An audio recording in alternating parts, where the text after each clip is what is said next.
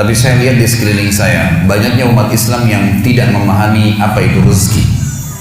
Mereka hanya terfokus rezeki itu ke masalah duit, pakaian, makanan, rumah, kendaraan, hanya sekitar materi saja. Dan banyak hal yang lain yang mereka tidak anggap rezeki. Padahal sebenarnya rezeki itu didefinisikan oleh para ulama dengan sangat luas. Segala sesuatu yang dibutuhkan oleh makhluk, dan makhluk di sini masuk di dalamnya manusia, jin, ya, malaikat, apa saja, tumbuh-tumbuhan, hewan-hewan, dalam melalui roda kehidupan.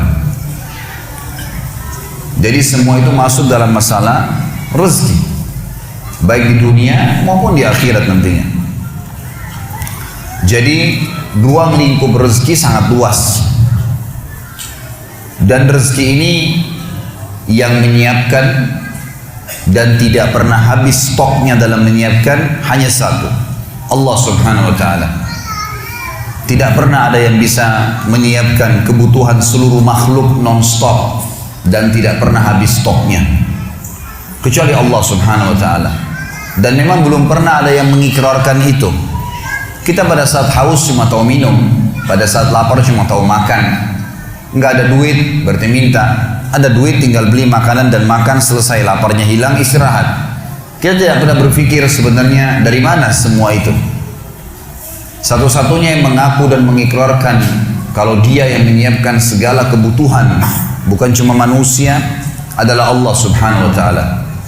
Kita akan sebutkan beberapa dalil yang berhubungan dengan masalah itu. Yang pertama, teman-teman sekalian, surah Az-Zariyat, surah nomor 51 ayat 56 sampai 58. A'udzu billahi minasyaitonir rajim. Bismillahirrahmanirrahim. Wa ma khalaqtul jinna wal insa illa liya'budun. Ma uridu minhum min rizqin wa ma uridu minhum an yut'imun. Innallaha huwar razzaqu dzul quwwatil matin. Artinya teman-teman sekalian, aku kata Allah tidak menciptakan jin dan manusia kecuali untuk menyembah, mengabdi kepadaku. Apa yang aku perintahkan, mereka jalankan. Yang aku bolehkan, halalkan, silakan nikmatin. Makanan, minuman, pergaulan, pendapatan, ekonomi, mendirikan sebuah negara, politik. Dan apa yang aku larang, semua ditinggalkan. Apa yang aku haramkan dijauhi. Itu mana daripada sembah. Aku nggak ciptakan jin dan manusia kata Allah kecuali untuk menyembah kepadaku, mengabdi. Dan aku tidak pernah kata Allah, ini di ayat 56, ayat 57-nya, aku tidak pernah meminta kepada mereka balasan rezeki. Kasus misalnya aku menyiapkan untuk mereka makanan, daging hewan yang bisa disembeli, kemudian mereka makan. Aku tidak pernah minta diberikan sebagian daripada rezeki itu. Aku memberikan mereka makanan, minuman, pakaian. Allah tidak pernah minta diberikan kepada Allah sesajen, diberikan sesuatu, dikembalikan kepada Allah. Allah nggak minta. Kata Allah, ma uridu minhum min rizq. Saya tidak butuh dari mereka rezeki itu. Wa ma uridu minhum ayyut'imun. Saya juga tidak ingin minta makanan dari mereka. Lalu Allah tutup di ayat 58, dan ini saksi bahasan kita. Innallaha huwar razzaqu dzul quwwatil matin. Sesungguhnya Allah itu adalah Razzaq. Razzaq ini teman-teman sekalian dalam bahasa Arab masuk dalam lingkup luasnya, semua kebutuhan. Kalau kita bicara masalah substansial kebutuhan, maka dikatakan razik. Sifat Allah juga razik. Kalau kita masuk ke dalam substansial kebutuhan, misalnya makanan saja, atau minuman saja, atau oksigen saja, atau cahaya saja, masuk substansial bisa dikatakan razik. Tapi kalau kita mengatakan sosok pencipta yang selalu menyiapkan segala kebutuhan secara global dan tidak pernah habis stoknya, maka bahasa Arabnya Razzaq. Dan Allah mengatakan innallaha huwar razzaq. Allah itu adalah Razzaq, pemberi rezeki yang tidak pernah habis stoknya, dzul quwwatil matin, sebaik-baik tempat untuk bersandar. Saya kasih contoh teman-teman sekalian supaya lebih jelas realita lapangannya. Rezeki masuk dalamnya cahaya. Saya sudah pernah jelaskan pertemuan kita semalam, kalau seandainya tidak ada cahaya lampu ini sekarang, kalau siang hari nggak ada cahaya matahari, Anda pasti tidak akan bisa melihat saya. Saya juga tidak bisa melihat, setajam apapun pandangan mata kita, senormal apapun mata kita tidak bisa melihat.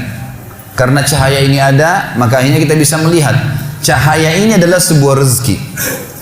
Hidung kita menarik oksigen dengan gratis. Dan saking biasanya kita menghirup oksigen supaya bisa hidup, maka kita menganggap biasa. Padahal sebenarnya kalau orang sesak nafas, kemudian dia membayar di rumah sakit tabung oksigen, naudzubillah, dia harus bayar berapa juta. Kuping kita menangkap suara. Anggota tubuh kita mencerna makanan yang kita makan. Kita cuma tahu mengunyah. Sistem sudah diciptakan, gigi kita, lidah merasa, kemudian gigi kita menghancurkan, kemudian kita telan di tenggorokan kita. Lalu setelah ditelan kita sudah tidak pernah tahu lagi mau kemana tuh makanan. Diproses secara alami. Dari mana proses ini? Kemudian yang dibutuhkan oleh tubuh maka akan masuk, diambil oleh tubuh kita sebagai nutrisi, dan yang tidak dibutuhkan keluar dalam bentuk kotoran. Kita tidak pernah tahu air yang kita minum yang mana jadi darah kita dan yang mana dari air jadi air seni kita. Kue yang kita makan, nasi yang kita makan, kita nggak pernah tahu yang mana jadi bagian anggota tubuh kita, yang mana jadi tija kita. Ya. Maka di sini ada sebuah sistem ya, yang diciptakan, dan ini tidak bisa ada manusia siapapun yang mengatakan dia yang buat itu. Mustahil ada makhluk yang bisa mengatakan itu. Karena kalau air dia minum, dia cuma bisa minum. Haus dia minum. Mau hewan, mau jin, mau manusia, haus minum. Dan dia tidak pernah tahu dari mana komposisi air ini. Kenapa kok harus air? Kenapa enggak makan misalnya kalau lagi haus? Dari mana sistem itu? Harus terbawa kepada sistem itu. Maka Allah memperkenalkan dirinya, Dia yang menciptakan kalian, Dia juga yang menyiapkan seluruh kebutuhan kalian, dan tidak pernah habis stok itu. Saya kasih contoh teman-teman sekalian. Saya tanya, Anda coba berpikir, merenungi di awal pertemuan kita ini. Pernah nggak teman-teman yang biasa interaksi sama pasar menemukan pasar di Indonesia saja, di kota Anda masing-masing, pernah nggak menemukan ada pasar tidak ada sayur sama sekali, atau buah habis sama sekali, tidak ada satupun jenis buah? Atau misalnya hewan yang biasa dimakan oleh manusia, ayam misalnya, pernahkah ayam itu habis? Penelitian teman-teman sekalian diadakan oleh sebagian ilmuwan muslim. Ini penelitian sederhana tapi betul-betul bobotnya luar biasa. Diadakan penelitian tentang populasi hewan, terutama yang paling banyak dikonsumsi oleh manusia. Ditemukanlah ayam. Ayam ini hewan yang paling banyak dimakan, karena hampir semua manusia memakannya, gitu kan. Maka diadakan penelitian berapa sih jumlah ayam sebenarnya.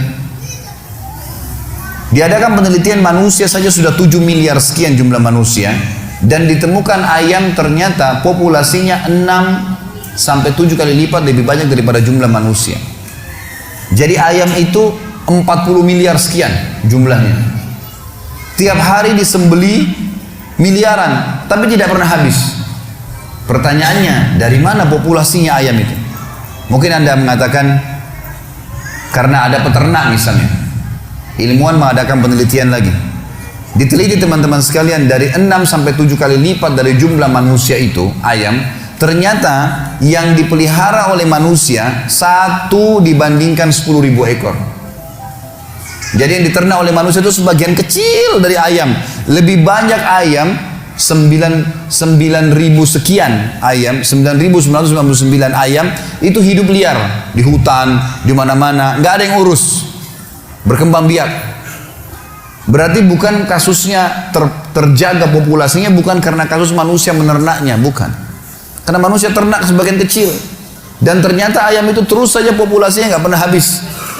Kita kalau lihat bagaimana beberapa ilmuwan manusia mengambil gambar dari atas helikopter di hutan, bagaimana ya sapi hutan atau apalah ya hewan-hewan berlarian di tengah hutan dari atas sampai ribuan ekor jalan lari, nggak ada yang urus, kuda lah, apahlah, macam-macam, tidak pernah habis, tidak pernah habis, selalu ada populasinya. Pertanyaan, dari mana semua ini? Siapa yang buat?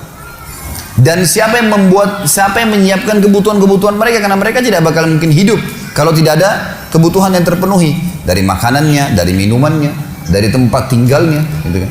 Semua itu. Maka tidak pernah ada yang mengklaim dirinya sebagai Razzaq, pemberi rezeki non-stop, kecuali Allah Subhanahu wa taala. Allah Subhanahu wa taala yang telah menjelaskan masalah itu.